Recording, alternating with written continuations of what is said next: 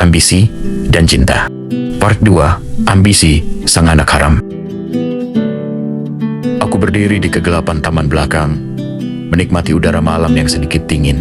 Jauh lebih baik daripada harus berpura-pura tersenyum di tengah pesta pertunangan konyol di dalam sana. Seharusnya kamu lebih berhati-hati, nona tunangan Leo. Aku tahu, suaraku terdengar datar dan dingin, persis seperti yang kuinginkan. Reaksi keterkejutan dari Hazel senja cukup memuaskanku. Dia cantik, lebih cantik daripada foto yang kulihat. Gaun peach itu, mata coklatnya yang lebar dan sedikit gugup. Dia benar-benar terlihat polos dan rapuh. Aku membenci Leo, si anak emas, tetapi aku harus mengakui, seleranya bagus. Aku Hazel. Balasnya gugup. Aku melangkah mendekat, menikmati sensasi mengintimidasinya.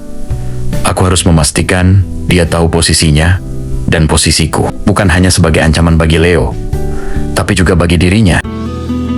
Aku tahu, Sevier, kataku tegas, memperkenalkan diri dengan julukan yang paling ia takutkan dalam keluarga ini. Anak di luar nikah, yang tidak pernah dianggap bagian dari keluarga di antara. Dan yang paling penting, aku tahu tunanganmu tidak pantas untukmu. Kata-kataku bukan hanya untuk menggertak, itu adalah kebenaran yang tak terucapkan. Leo adalah boneka, mudah dikendalikan oleh ayahnya, dan oleh wanita manapun yang tahu cara memutar otaknya, seperti sekretaris pribadinya, Clara Anindita, yang jelas-jelas lebih dari sekadar sekretaris.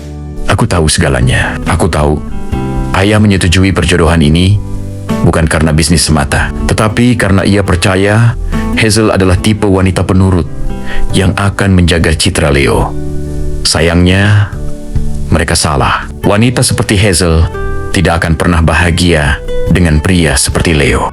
Tujuanku di pesta ini sederhana: mengamati, mencari celah. Selama bertahan-tahan, aku hanya menunggu waktu yang tepat untuk merebut segalanya dari Leo, termasuk perusahaan itu. Tapi sekarang ada variabel baru yang lebih menarik. Hazel. Wajah Hazel memucat. Dia pasti terkejut mendengar aku berani mengatakan hal itu, apalagi dari orang yang seharusnya tidak ada di sini. Kenapa kamu mengatakan itu? Tanyanya. Suaranya sedikit bergetar, tetapi ada keberanian yang tidak kuduga. Aku tersenyum tipis, senyum yang ku tahu tidak mencapai mataku, karena Leo diantara tidak akan pernah bisa memberikan apa yang kamu butuhkan. Dia sudah memiliki wanita lain yang ia cintai. Lihat saja di dalam. Bukankah Clara lebih dari sekadar sekretaris? Dia terdiam, memandangku dengan pandangan terluka. Aku merasa sedikit bersalah, tapi ini adalah bagian dari rencanaku. Aku tidak boleh membiarkannya jatuh terlalu dalam pada si brengsek itu. Aku hanya mengingatkan Hazel, jika kamu ingin mempertahankan martabatmu, putuskan perjodohan ini sekarang. Aku meninggalkannya, berdiri sendirian di taman. Aku harus segera pergi sebelum ayah melihatku dan menimbulkan keributan yang tidak perlu. Saat melangkah pergi, aku menoleh ke belakang sekali lagi.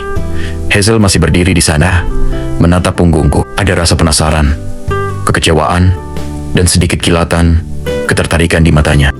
Menarik. Perjodohan ini adalah celah emas pertamaku untuk menghancurkan Leo.